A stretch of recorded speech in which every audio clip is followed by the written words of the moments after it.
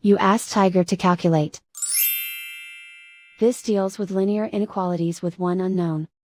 The final result is x smaller than -3/10. Let's solve it step by step. Swap sides.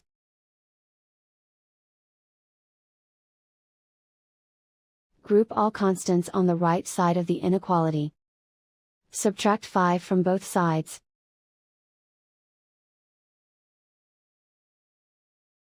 Simplify the arithmetic.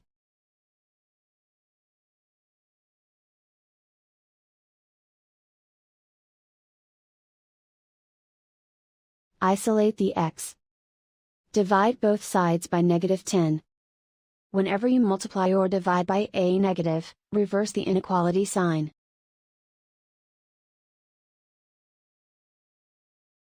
Cancel out the negatives.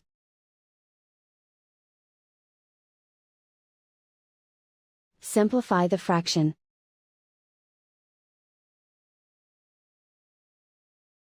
Move the negative sign from the denominator to the numerator.